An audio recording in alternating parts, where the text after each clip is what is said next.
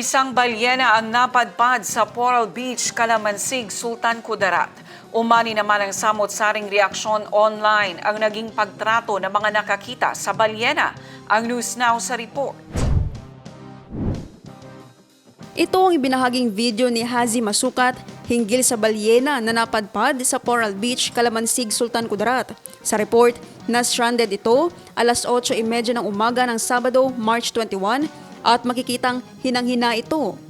Ayon sa Bureau of Fire Protection, may tumawag sa kawani ng MDRRMO hinggil sa pagkakatagpo ng balyena sa lugar. Ito ay may tinatayang haba na 54 feet at 36 feet naman ang lapad at may bigat na 20 tonelada.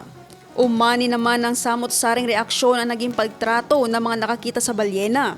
Paalala ng BFP at iba pang ahensya sa publiko, agad iulat ang anumang insidente. Unahin ang kaligtasan nito, huwag basta't itulak, dumistansya at huwag hawakan at iwasan mag-iingay sa paligid. Samantala, makalipas ang ilang oras ay namatay rin ang sperm whale. Naphtali Velarde, iMinds, Philippines.